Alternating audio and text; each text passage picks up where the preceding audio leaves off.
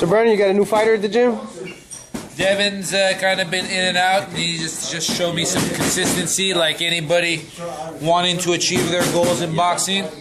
But I have a great trainer, so that's the A plus about it. But, you know, I'll tell you something about boxing, though, because it's a beautiful sport in that really anybody can master it and become successful if you're willing to work.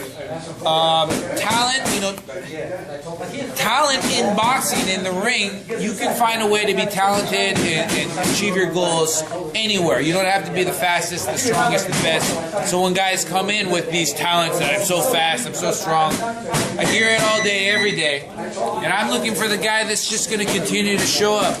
I'm looking for the guy who can get in there and box, you know, of course at the times when they're feeling it, of course at the times when they wake up on the right side of the bed and want to get it and kill it. But I'm looking for the guy that when he's not feeling it, when he's low, when he's tired, he'll still show up in the gym to get that work done. I'm looking for a guy that invests himself. So hopefully Devin can prove to me that he's that guy. You want to fight amateur first? Yeah. And what's the goal? First fight in what, 6 months, 8 months? Well, I'm gonna listen to him because he has the most experience, so he knows what to do in boxing. So you know how many months he say, then that's what I'm gonna do. How long have you been training now? Well, I was training in LA when I stayed in LA. I was training there for about 6 months, but I had a hernia, so I had to take it real light. Start from scratch? Yeah, so now I'm starting from scratch. You know, a pretty standard question that people coming into the gym is, how long is it going to be, coach, till I can fight? When you're ready. And yeah, when you're ready, exactly. There's no cookie cutter answer. And my job is to make sure you're competitive.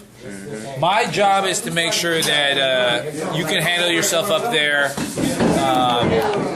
But your job as the fighter is winning and losing, right? And that's where sometimes people have a misunderstanding. I never promise my fighters wins. They have to go out there and make the wins. I promise they're going to be ready. I promise they're going to be capable of winning. I promise they're not going to be a situation that they can't handle, all right?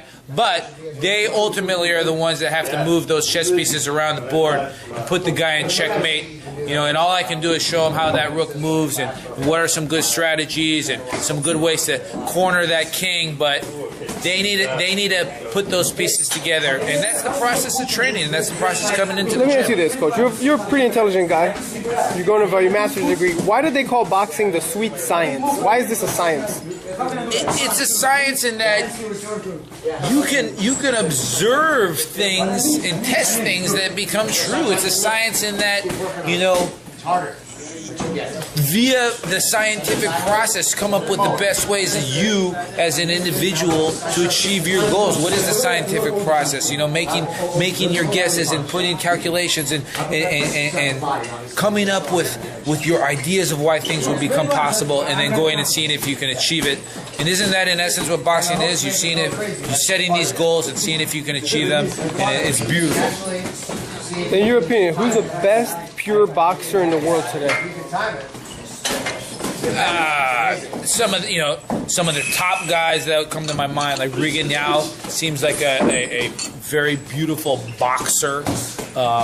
Hey, Paul Malignaggi tonight has some great boxing skills. You know, when you don't have a big punch, and you're a successful boxer here in the game. You know you could work that jab and use those feet. So you put Danny Garcia in that category? I would call Danny Garcia more of a boxer puncher, but he's definitely competent in the boxing realm, and he knows how to use.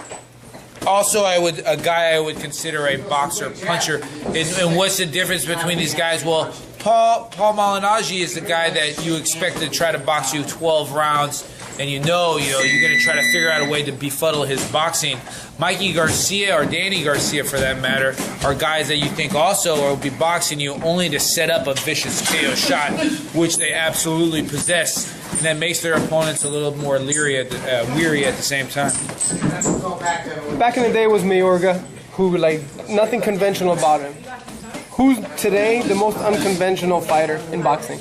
Oh, I love Mayorga. I love that. And I love that about boxing, that you can have beautiful guys like Rigondeaux, and you can have a guy like Mayorga, and they can both become world champions. But a raw, successful guy right now, well, I like Carl the Cobra Frach, who seems to do everything wrong, who seems to be slow as it gets, but has mastered timing and has mastered his arsenal in a way that he's one of the top guys at 168. I would say Ruslan Provodnikov, because he puts his head down and he swings.